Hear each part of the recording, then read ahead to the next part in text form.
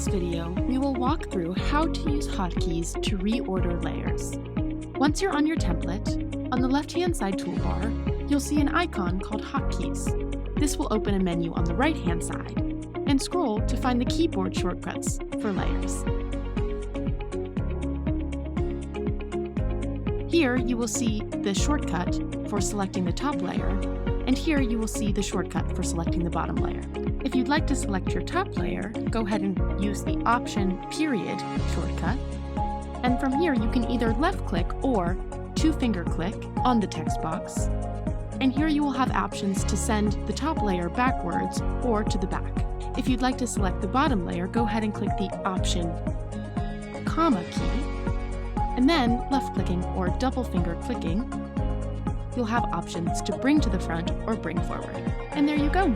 Some tips and tricks for short keys to make editing streamlined. Check out our other videos to see how Simplified's AI tools can help you every step of the way with editing. See you there!